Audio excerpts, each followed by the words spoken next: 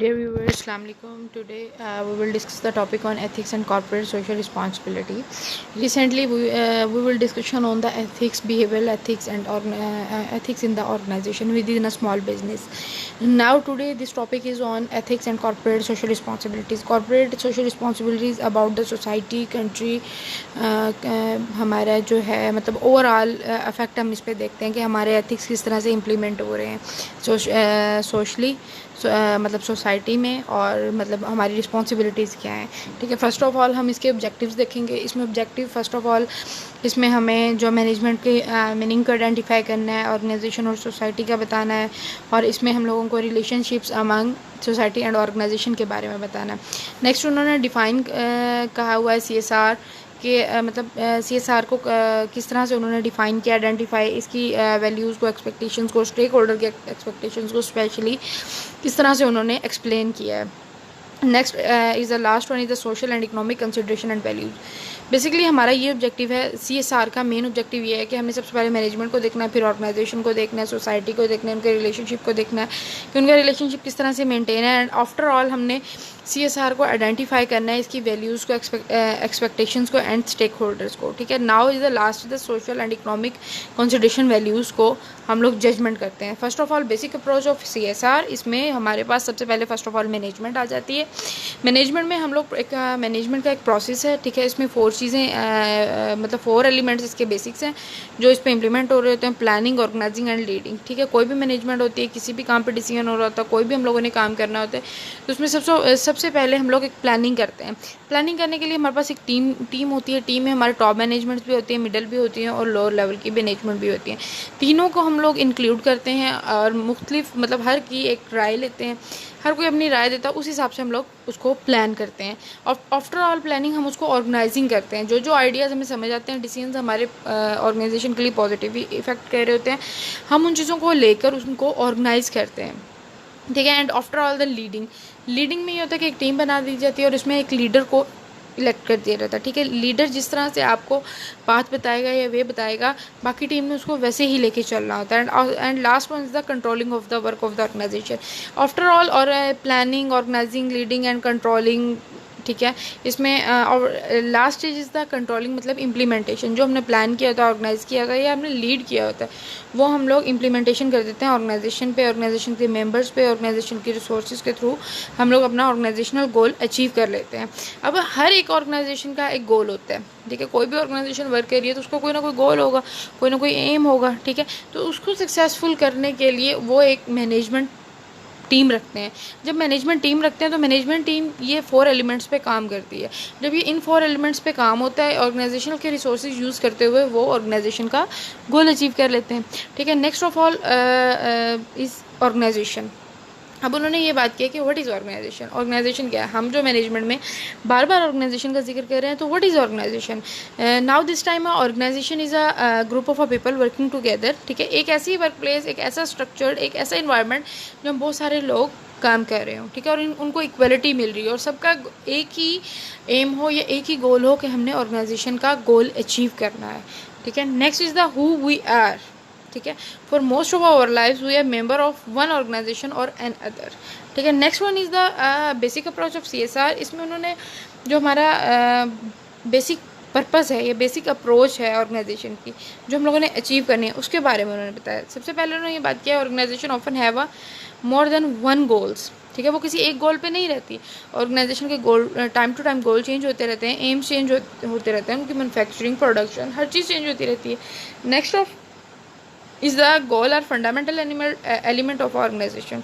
वही बात मैंने आपको बताई कि गोल जो है हमारे पास एक मतलब के एलिमेंट, फंडामेंटल एलिमेंट है, इसको हर हाल में फुलफिल करना है। ठीक है, all organization have a some program for achieving goal plan. ठीक है, सब ऑर्गेनाइजेशन जितनी भी इस टाइम वर्क कर रही हैं, जो भी मतलब इसमें मेंटेन उन्होंने किया हुआ है, कोई भी ऑर्गेनाइजेशन वर्क कर रही है या अपने आप को कंटिन्यू रख रही है, तो उनके कुछ ना कुछ गोल्स होंगे, प्लान होंगे, उनका कुछ एम होगा। ठीक है, वो उन लोगों को वो मतलब उन गोल्स को, एम्स को अचीव करने के लिए एक पूरी स्ट्रेटजी, पूरी प्लानिंग के साथ चलते हैं। ठीक है, कि हमारा गोल अचीव हो जाए। Next is the management process. ठीक है, मैनेजमेंट प्रोसेस अब ओवरऑल इम्प्लीमेंट करता है इन्वायरमेंट पे। हमारा ऑर्गेनाइजेशन का इन्वायरमेंट किस तरह से है, हम जो इनपुट करेंगे वो हमारी आउटपुट होगी। इसमें हमारे पास इन्होंने वेरिएबल्स का कुछ मतलब जो फ्रेमवर्क दिया है तो उसमें वेरिएबल्स को कुछ कंसिडरेशन कर दी है।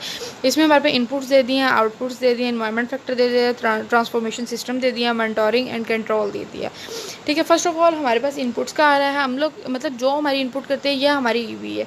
ठीक है, आईवी है। ठीक है, इंडिपेंडेंट वेरिएबल है, ये इफेक्ट कर रही होती है आउटपुट से। जाहिर सी बात है, हम पॉजिटिव इनपुट देंगे तो हमारे पास पॉजिटिव आउटपुट होगा, ये डायरेक्ट इफेक्ट कर रहा है। लेकिन इस प्रोसेस में थोड़ा सा चेंज है, इसमें हमारे पास मीडिएशन आ रहा है, ये मीडिएटर आ रहा है। मीडिएशन नहीं आ रहा, मीडिएटर आ रहा है, क्योंकि अगर हमारे पास एक और वेरिएबल होता जो कि ट्रांसफॉर्मेशन को भी इफेक्ट कर रहा होता, ट्रांसफॉर्मेशन भी उसको इफेक्ट कर रही होती, तो हमारे पास मीडिएशन होता। ठीक है, अब हमारे पास मीडिएटर है, तो सिंपल सी बात ये है, ओवरऑल इनपुट हमारे पास इंडिपेंडेंट वेरिएबल है, आउटपुट हमारे पास डिपेंडेंट वेरिएबल है, इन दोनों का डायरेक्ट इफेक्ट है। लेकिन इस फ्रेमवर्क में हमारे पास डायरेक्ट इफेक्ट नहीं है, इसमें इनपुट जो है मतलब आईवी जो है वो मीडिएटर पे इफेक्ट कर रहा है, मतलब ट्रांसफॉर्मेशन सिस्टम पे कर रहा है, और वो आगे आउटपुट पे कर रहा है। ठीक है, अब ट्रांसफॉर्म सिस्टम जो है ये मेंटोरिंग और कंट्रोलिंग पे कर रहा है। ठीक है, इनका डायरेक्टली इफेक्ट किसी का ही नहीं है, ये मीडिएशन के थ्रू, मीडिएटर और मीडिएशन के थ्रू काम कर रहे हैं। ठीक है, नेक्स्ट वन इज़ द, उन्होंने आगे बता दिया है कि हमारे पास जो मतलब इसी को उन्होंने कंटिन्यू किया है, इसी फ्रेमवर्क को एक्सप्लेन कर रहे हैं कि जो हमारे पास फर्म है, रिसोर्सेज हैं, इन्वायरमेंट है, मतलब वो हमें एक सोल्यूशन ऑफ इन्वायरमेंट है, प्रोडक्ट एंड सर्विसेज का सोल्यूशन है, जो हमारी प्रॉब्लम्स अराइज हो रही हैं उनका सोल्यूशन है। ठीक है, next one is the must have a value then inputted, protect the value of stake holders. अब इसमें उसने ये बात कर दी इन्वायरमेंट के, हम लोग अपने स्टेक होल्डर्स को बहुत मतलब के वैल्यू करते हैं, बहुत प्रोटेक्ट करते हैं, क्योंकि stake holder is the party who is directly and indirectly effect on the organization. ठीक है, this is the main part of the organisation. ठीक है, ये इनका इफेक्ट जो है ऑर्गेनाइजेशन के डिसीजंस पे भी होता है। Stakeholders basically directly affecting और indirectly affecting on the organisation. ठीक है, इसमें जो आपको मतलब कि इसकी स्टेक होल्डर की एक मतलब बताई गई है डेफिनेशन, वो है groups and individuals who can affect are affected by achieving of organisations mission. बात फिर वही आ जाती है कि हम लोगों का जो मेन एम है वो गोल अचीव करना है, मेन हमारा फोकस गोल अचीव करने पे है।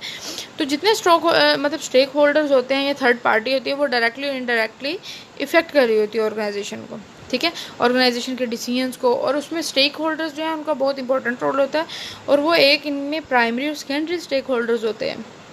यहाँ तक आप लोगों को क्लियर हो चुका होगा आई थिंक सो, क्योंकि ये मतलब ओवरऑल इन्वायरमेंट पे स्टेक होल्डर्स पे इफेक्ट कर रहा है। ठीक है, next one is the expectations value of stake holders. Expectations and value stake holders में इन्होंने मुख्तलिफ डिफरेंट फ्रेमवर्क बनाया हुआ है, उसमें स्टेक होल्डर्स को ले लिया गया है मेन। ठीक है, और उसमें बहुत सारे उन्होंने इंटरलिंक चीज़ें कर दी हैं। नेक्स्ट हम देखते हैं इसमें कौन कौन सी चीज़ें इंटरलिंक हुई हैं। इसमें हमारे पास कॉर्पोरेट सोशल रिस्पॉन्सिबिलिटी में उन्होंने ये कहा है कि हमारे पास कॉर्पोरेट कॉन्साइजनेस होनी चाहिए, कॉर्पोरेट सिटीजनशिप होनी चाहिए, परफॉर्मेंस को देखते हैं, सस्टेनेबिलिटी, रिस्पॉन्सिबल बिजनेस को देखते हैं, मतलब रिस्पॉन्सिबल बिजनेस हो। बेसिकली ओवरऑल इसमें सोसाइटी की बात हो रही है, कॉर्पोरेट की बात हो रही है, सिटीजनशिप की बात हो रही है। ठीक है, हमारी परफॉर्मेंस की बात हो रही है। अब CSR is totally based on holistic concern of the business and it's output. CSR is a form of a corporate self regulation integrated into a business model. इसमें हमारे पास सबसे CSR में मेन इंपॉर्टेंट बात ये, हम अपने मॉडल को follow करते हैं, उसमें जो रूल्स एंड रेगुलेशन दिए जाते हैं हम उनको फॉलो करते हैं, जो पॉलिसी बनाई जाती है, जो बिल्ड की जाती है, हम उसको देखते हैं, हम अपना मैकेनिज़्म देखते हैं। ठीक है, कि हमारे बिज़नेस को किस तरह से मेंटोर किया जा रहा है और उसको इंश्योर किया जाता है कि वो एक्टिवली काम कर रहा है, सेपरेट ऑफ लॉ के तौर पे काम कर रहा है, उसके एथिकल स्टैंडर्ड्स पूरे हो रहे हैं। ठीक है, उसके इंटरनेशनल नॉर्म्स एंड वैल्यूज़ को फुलफिल किया जा रहा है। जब भी कोई ऑर्गेनाइजेशन रन करती है उसमें CSR का कोई भी मतलब लाया अमल होता है, तो इन सारी चीज़ों को देखता है। ठीक है, सबसे पहले उसका मतलब CSR में यही हम लोग देखते हैं कि हमारी सेल्फ रेगुलेशन होनी चाहिए। सेल्फ रेगुलेशन के बाद हम लोग अपना ये देखते हैं कि हमारा जो मतलब कि मैकेनिज़्म है वो बिल्ड है, हमारी जो मेंटोरिंग है वो एक्टिव इंश्योरेंस है उसमें। ठीक है, और इसमें स्पिरिचुअल लॉ है, हम अपने एथिकल स्टैंडर्ड्स को मीट करें कि जो हमारे एथिकल कोड्स हैं या रिटर्न ऑफ कोड्स हैं, कोड ऑफ एथिक्स हैं, कुछ भी है, या जो हमारे प्रिंसिपल्स हैं, लॉज हैं, हम उनको फुलफ़िल कर रहे हैं, और हमारे इंटरनेशनल जो नॉर्म्स एंड वैल्यूज़ हैं, जो हमारे कल्चरल नॉर्म्स एंड वैल्यूज़ हैं, हम उनको फुलफ़िल कर रहे हैं। जब ये सारी चीज़ें अगर फुलफ़िल हो रही हैं तो हमारा कॉर्पोरेट सोशल रिस्पॉन्सिबिलिटी बहुत पॉजिटिवली इफेक्ट करता है ऑर्गेनाइजेशन पे। और कॉर्पोरेट सोशल रिस्पॉन्सिबिलिटी जो है ये क्रिएट इसलिए किया जाता है, ये ऑर्गेनाइजेशन के एनवायरनमेंट को, ऑर्गेनाइजेशन के गोल्स को पॉजिटिवली अचीव कर सके। ठीक है, नेक्स्ट उन्होंने इसमें बात कर दी, CSR is the process with the aim to embrace responsibility for the company actions and encourage a positive impact through its activities on the environment and its stakeholder। ठीक है, इसमें अब उन्होंने फिर वही बात कर दी, हमारे पास जो कंपनी के एक्शंस होते हैं, मतलब जो रिस्पॉन्सिबिलिटीज होती हैं, उनका पॉजिटिव इम्पैक्ट और एक्टिविटीज़ का पॉजिटिव इम्पैक्ट इन्वायरमेंट और स्टेक होल्डर्स पे होता है। जो बात मैं आपको पहले बता चुकी हूँ, जो चीज़ें मैं आपको पहले डिस्कस कर चुकी हूँ, वो यही हैं कि हमारी कोई भी कंपनी है, कोई भी ऑर्गेनाइजेशन है, उनके जो एक्शंस हैं, रिएक्शंस हैं, उनकी एक्टिविटीज़ हैं, उनका सारा कंसर्न हमारे स्टेक होल्डर्स और इन्वायरमेंट पे, हमारा इन्वायरमेंट पॉजिटिवली रोटेट कर रहा है या पॉजिटिवली इम्पैक्ट कर रहा है, तो हमारे उससे स्टेक होल्डर्स भी सेटिस्फाइड होंगे। ठीक है, next one is the CSR is founded upon the premise that a business don't have another responsibility apart from economic responsibilities, is a responsibility towards the society and its people a social responsibility. ठीक है, next उसमें corporate social responsibility में हम लोग ये देखते हैं कि डेविस ने 1960 में एक मतलब डिफाइन किया था कि businessman decisions and actions taken for reasons at least partially beyond the firm's direct economic and technical interest। ठीक है, अब उसमें उसने ये देखा है, डेविस ने ये बात की हुई है कि जो मतलब उसने ये डिफ़ाइन किया है कि हमारे जो इकोनॉमिकल और टेक्निकल इंटरेस्ट है ना, ये डायरेक्ट फर्म पे इम्पैक्ट करते हैं, और हमारे बिजनेस एक्शंस ये भी इसकी रीजंस हैं। ठीक है, सेकेंडली उसमें बैकमैन ने ये बात की है, उसमें भी रिस्पॉन्सिबिलिटी को लेके उसके ऑब्जेक्टिव मोटिवेशंस बताई हुई हैं। ठीक है, उसमें business addition in those dealing with economic performances बताई हुई हैं। ठीक है, ये इनकी दो जो हैं ये बहुत इंपॉर्टेंट हैं, इसमें कोई चेंजेस नहीं कर सकते, ये ऐसे ही आपको इनपुट कर रही होंगी। ठीक है, इसमें हम लोग मतलब ना तो ऑब्जेक्टिव चेंज कर सकते हैं। सबसे पहले डेविस ने तो ये बात कर दी कि हमारे डिसीजंस और एक्शन जो हैं वो डायरेक्टली फर्म में इम्प्लीमेंट होते हैं, उसमें इकोनॉमिकल और टेक्निकल इंटरेस्ट देखा जाता है। सिंपल सी बात। ठीक है, यहाँ तक क्लियर हुआ। नेक्स्ट अब हम बात ये कर रहे हैं कि अब उसने ऑब्जेक्टिव की बात कर दी है बैकमैन ने 1975 में, तो उसने ये बात की है कि हमारा मोटिवेशनल लेवल जैसे इंक्रीज होता जाएगा तो हमारे बिजनेस में एडिशन जो होती जाएंगी, डीलिंग में एडिशन होती जाएंगी। ठीक है, इकोनॉमिक परफॉर्मेंस की बेस पे अगर हमारी इकोनॉमिकल कंडीशन इंक्रीज हो रही है तो हमारी परफॉर्मेंस भी इंक्रीज होगी, तो उस लिहाज से हमारा मोटिवेशन लेवल भी इंक्रीज होगा और हमारा बिजनेस एक्सपैंड होगा। सो नाउ फर्दर उसने अब ये बात कर दी है कि the obligation of a decision make to make actions which protect and improve the welfare of society as whole along with their internet.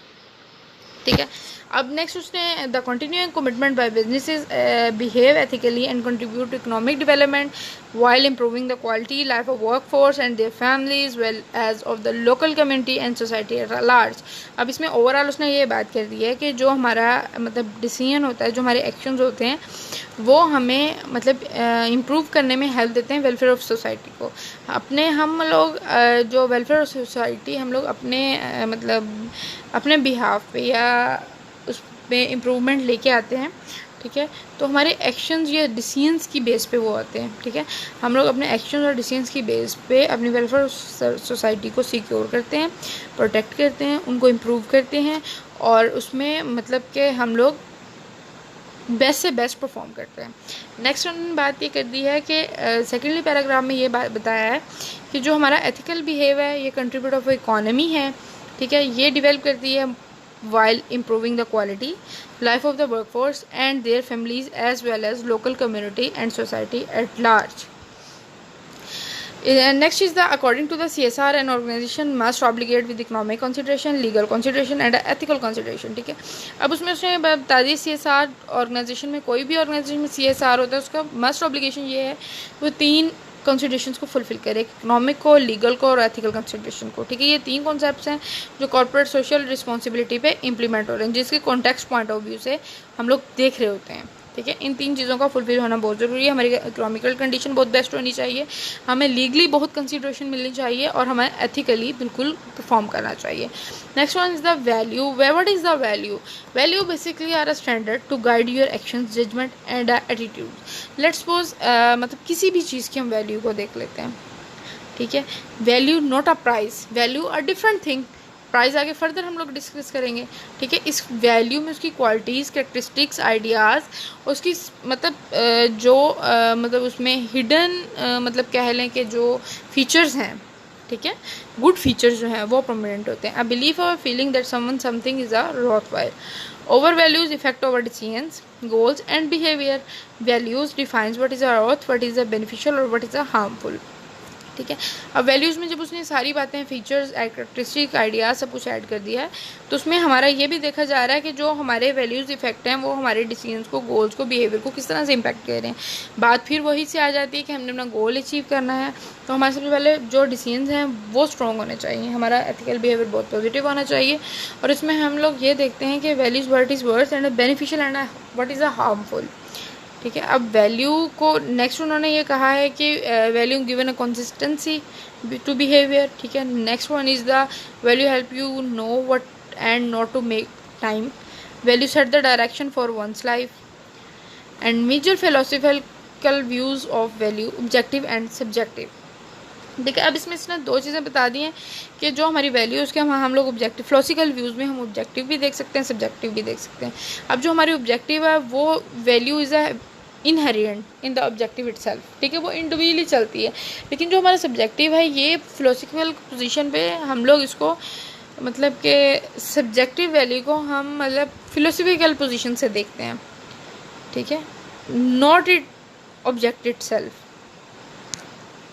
Next one is the value, मतलब आगे फर्दर उन्होंने यही बात की हुई कि वैल्यूज़ को एक्वायर किया हुआ है, उसमें उसको डिफरेंट स्ट्रेटजीज़ पे ला के उन्होंने आइडेंटिफाई किया है, ठीक है। अब उसमें उसने ये बताया हुआ है कि जो मतलब कि मतलब ऑर्गेनाइजेशन में ग्रुपिंग होती है वो किस एज वाइज होती है, किस तरह से होती है, और उसमें क्या इस्टेब्लिशमेंट आ सकती है, और वो किस तरह से अपने सब्जेक्टिव एंड ऑब्जेक्टिव वैल्यूज़ को फुलफिल करते हैं। Next one is the values versus price. जो बात मैं पहले कर चुकी हूँ कि वैल्यू और प्राइस में बहुत डिफरेंस है। जो प्राइस है ये number of commodities, number of rupees या व्हेन इट इज़ सोल्ड, ठीक है। कोई भी प्रोडक्ट है सोल्ड होने के बाद उसकी प्राइस पे इफेक्ट होता है, बट जो वैल्यू है ये रिलेट करती है कमोडिटी के साथ, ठीक है। इसके मतलब थ्योरेटिकल कॉन्सेप्ट होता है, उसकी क्वालिटीज़, फीचर्स, आइडियाज़, उन चीज़ों को लेके चलती है, ठीक है। This is the main important definition. Price is what you pay, value is what you get, ठीक है। इसमें जो मतलब कि हमारे पास ये definition is the most important, ठीक है। इसको हम लोग मतलब ओवरऑल हम लोग इस डेफिनेशन पे हमने जितना अब तक डिस्कस किया है वैल्यू का, प्राइस का, वो इसमें हम लोगों को पूरा मिल जाता है, मतलब हमने इसका सब टाइटल ये कर दिया, ठीक है। Next one is the market value. अब हमने मार्केट वैल्यू को देखना, पहले हमने प्राइस को देख लिया, वैल्यूज़ को देख लिया, दोनों डिफरेंट चीज़ें हैं, लेकिन अब हमारे पास मार्केट वैल्यू है, ये भी हमारे पास बहुत न्यू चीज़ है। लेकिन मार्केट वैल्यू में हम लोग अपने कंपेटिटर को देखते हैं, ओपन मार्केट को देखते हैं, उनकी कंडीशन को देखते हैं, उनको रिक्विजिशन को देखते हैं, उनकी फेयर सेल को देखते हैं, बायर सेलर के एक्टिंग को देखते हैं, ठीक है, उनके मतलब उनका कंपटीशन देखते हैं, और उनका मतलब जो स्टाइल देखते हैं कि वे ऑफ स्टाइल सेल या बाइंग क्या है उनका, ठीक है, मैन्युफैक्चरिंग क्या है, ठीक है। हम लोग तो अपने कंपेटिटिव को या ओपन मार्केट को देख के चलेंगे, ठीक है। उसमें अब उसने values is identify with the two perceptive as a western values and eastern values, ठीक है। अब इसमें उसने 2 मार्केट वैल्यूज़ को 2 चीज़ों में डिवाइड कर दिया, ईस्टर्न और वेस्टर्न, ठीक है। वेस्टर्न और ईस्टर्न में ये है कि वेस्टर्न कल्चर में जो है इसमें सबसे पहले आप लोग अंडरस्टैंड और रिलेट करते हैं रियलिटी ऑफ नेचर को, ठीक है। इसमें ह्यूमन नेचर इंक्लूड होती है, not a fakeness, only rely on human nature, reality, ठीक है। और इसमें several core of ideas and values होते हैं, ठीक है। ये इंडिविजुअल हैप्पीनेस को, राइट्स को, कैपिटलिज्म को, साइंस एंड टेक्नोलॉजी को प्रेफर करती है। Next is the western culture को हम इसमें देखते हैं, वो इसको रेफर करती है। इसमें हमारे वैल्यूज़ प्रमोट होते हैं, development and sustainment, advance civilisation होती है। Next one is the western versus eastern values. इसमें north western values, non western culture को देखते हैं। इसमें is a body of ideas and values drive for fundamentally from मास्टरसिज्म, स्पेशलिज्म, ठीक है। अब जिस तरह से हमने वेस्टर्न पहले हमने देखा है उसमें हम लोगों ने नेचुरली देखा है, इसमें अब हम लोग स्पिरिचुअली देखेंगे। डिफरेंस जस्ट इतना है कि उसमें हम लोग नेचुरली देख रहे थे, ह्यूमन बींग्स को देख रहे थे, इसमें हम लोग स्पिरिचुअली देख रहे हैं, उसको स्पिरिचुअली कैरेक्टराइज कर रहे हैं, इंडिविजुअलाइज कर रहे हैं, सेल्फ सेक्रीफाइस कर रहे हैं, ठीक है, उसकी ह्यूमनिटी को देख रहे हैं, ठीक है। उसके बाद इसमें इन डिफरेंस इकोनॉमिक प्रोग्रेस को देख रहे हैं, साइंस एंड टेक्नोलॉजी को आइडेंटिफाई कर रहे हैं। नॉन वेस्टर्न में हम लोग कल्चर को भी रेफर करते हैं, अनसिविलाइज कल्चर को भी करते हैं, इसमें आइडियाज़ को देखते हैं, वैल्यूज़ को देखते हैं, एंड फंडामेंटल ऑपोजिट को देखते हैं, आइडियाज़ एंड वैल्यूज़ को लीड करते हैं, development and sustainment of civilisation, ठीक है। Next one is the difference of the east and west. East and अब इसमें मतलब डिफरेंस बता दिया। अब ईस्ट में इंटरेस्ट, सेल्फ कंट्रोल और मतलब डिफरेंट आगे चीज़ें उन्होंने बता दी हैं। लेकिन जो वेस्ट है, वेस्ट में external control, individual equality, achievement, winning, pride, ये सारी चीज़ें बता दी हैं, ठीक है। अब इसमें उन लोगों ने ये बात की हुई है कि हमारे पास जो ऑनर्स हैं, इंटरप्रेन्योरर हैं, ठीक है, कल्चरल डिफरेंसेस हैं। अब इसमें उसने मतलब मुख्तलिफ 5 कंट्रीज़ को ले लिया है, उसमें उसने इसके डिफरेंट कल्चर्स बताए हुए हैं, उनके डिफरेंट लाइफस्टाइल बताए हुए हैं, उनका मतलब डिफरेंट एक्सप्लेनिंग मेथड बताया हुआ है कि कैसे वो अपना बिजनेस स्टार्ट करते हैं, कैसे इनको इन प्रोसेस करते हैं, कैसे उनकी मैनेजमेंट होती है, क्या वो प्लानिंग करते हैं, क्या ऑर्गेनाइजिंग करते हैं, मतलब उसने फुल डिटेल में ये बातें आगे फर्दर बताई होंगी, ठीक है। अब उसमें एशियन एंड वेस्टर्न फैमिलीज़ को control the firm.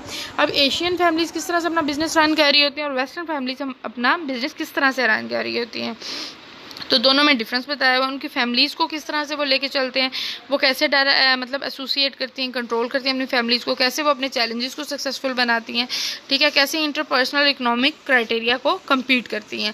Next one is the Asian versus western values. Asian और वेस्टर्न वैल्यूज़ में ग्रुप ट्रस्ट, कंप्रोमाइज़, फ्लेक्सिबल, ठीक है, इन चीज़ों को देखते हैं। और वेस्टर्न में individualistic, strict of rules, conflict and reasoning को देखते हैं, ठीक है। Next one is the Asian and western actions को अब देख रहे हैं, तो उसमें लॉन्ग टर्म होते हैं, हमारे पास वेस्टर्न में शॉर्ट टर्म होते हैं, कोलैबोरेट, कस्टमर फोकस्ड होते हैं, उसमें control show on the money होती हैं, ठीक है। And next one the Asian versus western management style. अब हमने मैनेजमेंट स्टाइल देखना है, इसमें रिलेशनशिप होता है, उसमें रैशनल होता है, इसमें फ्लेक्सिबल होता है, इसमें स्ट्रक्चर्ड होता है, इसमें अडेप्टेड होता है, उसमें डायरेक्टिव होता है, ठीक है, इसमें अंडरस्टैंडिंग होता है, उसमें ड्राइंग होता है। Next one is the Asian versus western organisation. Informal होता है, उसमें फॉर्मल होता है, जैक ऑफ ऑल ट्रेड्स होता है, इसमें मास्टर ऑफ नॉन होता है, इंटीग्रेटेड होता है, उसमें फ्रेगमेंटेड होता है, कोऑपरेटिव होता है, कॉम्पिटिटिव होता है। दोनों बिल्कुल एंटी हैं, ऑपोजिट हैं, ठीक है। उसमें अब उसने फर्दर आगे कल्चर स्टीरियोटाइपिंग का बताया हुआ है, जो हमारे पास इसमें मतलब डिफरेंट जो हमारे डिसिप्लिन हैं, डिफरेंट लैंग्वेजेस हैं, डिफरेंट चार्म्स हैं, हमारी पंक्चुअलिटी है, कंपैशन है, उसको उसने देखते हुए डिफरेंट लैंग्वेजेस में उसको एक्सप्लेन किया हुआ है, ठीक है। अब 19th सेंचुरी और 20th अमेरिकन और 21st में एशियन सेंचुरी ने, ठीक है, एक मतलब सच ब्रिक्स ने स्टडी किया था प्रेडिक्स में 2050 में the fourth largest economy would be Asian, ठीक है, China, USA, India and Japan. European economy will be among the top 4, ठीक है। Now this is overall the CSR मतलब रिस्पॉन्सिबिलिटी हमारी अबाउट मतलब totally about on the society, ठीक है, और totally about on the social responsibilities, ठीक है। इसमें हम लोगों ने अब तक यही देखा है कि हम लोग एक ऑर्गेनाइजेशन बनाते हैं तो उसमें मैनेजमेंट किस तरह सेट करते हैं, उसको हम लोग किस तरह कंट्रोल करते हैं, प्लान लीड करते हैं, ऑर्गेनाइज करते हैं, एंड हम उसको किस तरह से लेके चलते हैं। इसमें डिफरेंट डेफिनेशंस डिफरेंट स्कॉलर्स ने बताई हुई हैं कि हम लोग उसको अपने गोल्स को किस तरह से अचीव करते हैं, हमारा गोल जो है वो कितना मतलब स्पेसिफाइड होना चाहिए, ठीक है, उस पर किस तरह से वर्क करना चाहिए, हम लोग को किस तरह से उसको मतलब अटेंशन देनी चाहिए, ठीक है। और इसमें जो है हमारा ये टोटली इंटरेक्ट करता है इन्वायरमेंट के साथ, ऑर्गेनाइजेशन के इन्वायरमेंट के साथ और स्टेक होल्डर्स के साथ। Stake holder is the main part of the CSR and environment is also is the important for the CSR। Now thank you.